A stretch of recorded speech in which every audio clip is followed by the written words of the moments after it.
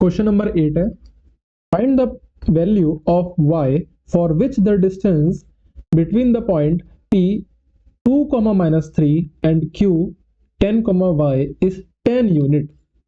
यानी कि आपको y की वैल्यू बतानी है जो कि for which the distance between the point p and q is 10 unit.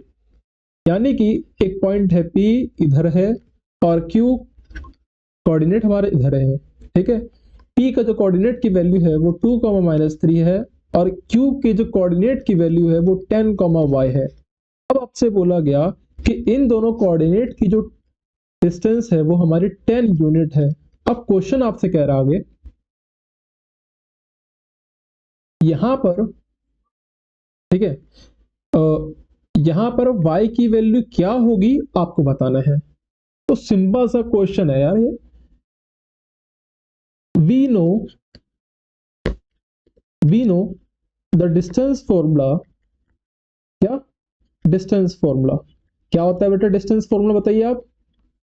Root में x2 - x1 का होल स्क्वायर प्लस का y2 - y1 का होल स्क्वायर। कॉन्सेप्ट क्लियर है बेटा? अब 10 - 2 प्लस का ये क्या हो जाएगा? y माइनस और माइनस का 3।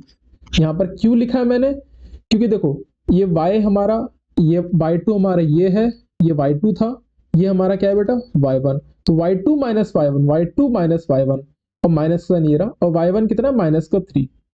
तो रूट 10 - 2 यानी कि 8 का स्क्वायर और y माइनस माइनस होगा प्लस 3। क्लियर है कॉन्सेप्ट? और इन दोनों की जो डिस्टेंस है वो किसके बराबर आई थी? हमारी 10 यूनिट की। यहां तक कॉन्सेप्ट क्लियर हुआ कि नहीं? ठीक है। अब क्या करना आगे कि स्क्वायरिंग ऑन बोथ साइड, यहां पर लिखता हूं मैं, यहां पे स्टेटमेंट लिखा स्क्वायरिंग ऑन बोथ साइड। अगर हमने स्क्वायर कर दिया दोनों साइड तो इधर भी स्क्वायर हो जाएगा बेटा और इधर भी स्क्वायर हो जाएगा। कॉन्सेप्ट क्लियर है? हम जानते हैं अंडर रूट स्क्वायर से कैंसिल आउट होता है, ठीक है। अब 8 का स्क्वायर 64, y प्लस 3 का होल स्क्वायर और 10 का square which is what? The 100। यहां तक कॉन्सेप्ट क्लियर हुआ कि नहीं बेटा जी? बताइए आप मेरे को। 64 y प्लस 3 का होल स्क्वायर, y प्लस 3 का whole square is equal to what? 100। तो बेटा y, अब 64 को आप राइट हैंड साइड भेज दो तो 100 माइनस का 64 हो जाएगा बेटा। अब a प्लस बी का होल स्क्वायर, तो a का स्क्वायर प्लस b का स्क्वायर प्लस का 2ab यानी कि 6y। Got it the point और नॉट? 100 माइनस का 64 is what ever the 36। Clear concept? y का स्क्वायर 3 का स्क्वायर 9 प्लस का 6y, ठीक है। अब एक काम करो, चलो इसको दोबारा पटक के फिर इधर ही ले आओ। y स्क्वायर प्लस का 6y माइनस का 36 प्लस का 9y equal to 0। Y square plus का 6y, इन दोनों को सॉल्व करके हमारा आएगा माइनस का 27 इक्वल टू 0। यहां तक कॉन्सेप्ट क्लियर हुआ कि नहीं? क्वाड्रेटिक तक सिंपल सा था। 3 का स्क्वायर 9, 100 माइनस का 64 36। अब 36 को इधर पटक के लिया है तो माइनस का 27 बन गया हमारा, ठीक है। दोनों को सॉल्व करके अब मिडिल टर्म का आप चाहे तो लगा दो या क्वाड्रेटिक लगा दो, जो आपको सही लगे।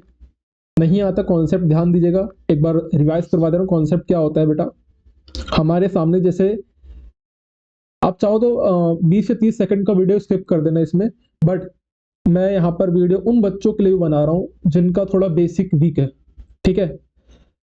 तो ax स्क्वायर प्लस का bx प्लस का c इक्वल टू 0। इसका मतलब क्या कि अगर हमको ये जो लगाना है वैल्यू निकालनी, तो कैसे निकालेंगे? सबसे पहले a की मल्टीप्लाई करो c में। First of all multiply a with c। Got it? कर दिया।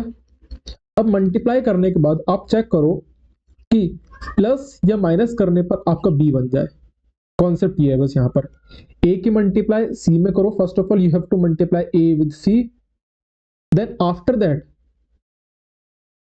आपको यहां पर कुछ एडिशन या सब्ट्रैक्शन करना है ताकि आपका b बन जाए।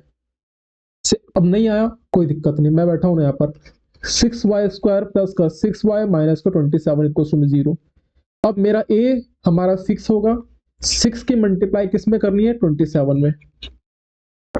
ठीक है, सॉरी यहाँ पर 6 नहीं दे रखा था।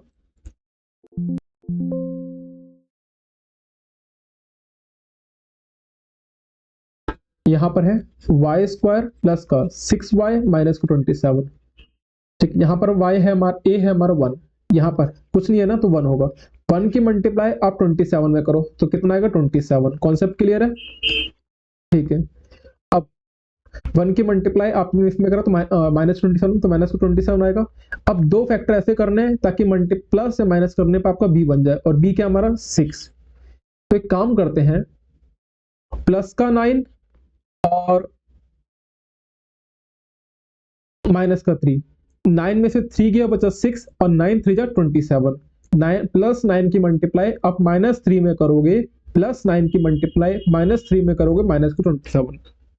एक बार और समझो क्या है बेटा कॉन्सेप्ट, कि सबसे पहले ये स्टैंडर्ड फॉर्म होती है क्वाड्रेटिक की इक्वेशन की, ax स्क्वायर प्लस का bx प्लस का c, a की मल्टीप्लाई c में करो तो ac बनेगा, और split the two term in such a way that you get the value of b। अब और दो टर्म में स्प्लिट कर दिया और वैल्यू क्या चाहिए हमको b। एक इक्वेशन है 1y स्क्वायर प्लस का 6y माइनस का 27।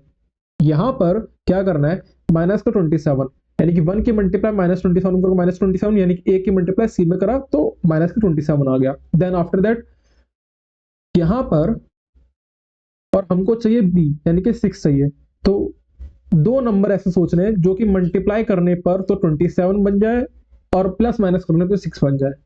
सर ऐसे आपको कैसे पता कि 9 और 3 ही होगा? अरे भाई सिंपल सी बात है ना, 27 का फैक्टर करना आता है ना आपको, 3 के बार में 9 से आता है, ठीक है, और 3 के बार में 3, देन 3 के बार में 1, तो 3 3 जा 9 और एक 3, तो 9 में से 3 गया बचा 6, ठीक है, यही बचेगा। 9 में से 3 गया बचा 6 और 9 3 जा 27। सिंपल सा लॉजिक था यार। तो वाई स्क्वायर प्लस का 9y माइनस का 3y माइनस का 27 इज इक्वल टू में 0। तो इन दोनों में कॉमन क्या आएगा बेटा, y प्लस का 9, और यहां पर क्या करना है, इन दोनों में से y कॉमन ले लो, ले लिया भाई, बचा क्या y प्लस का 9, और इधर भी y प्लस का 9 कॉमन ले लो बेटा, इक्वल टू में 0। कॉन्सेप्ट क्लियर है? जो यहां पर कॉमन आएगा उसको यहां पर भी कॉमन ले लो, और माइनस का 3। यहां तक कॉन्सेप्ट क्लियर है कि नहीं बेटा? अब ध्यान से देखो कि इन दोनों में कॉमन क्या आ रहा है आपका,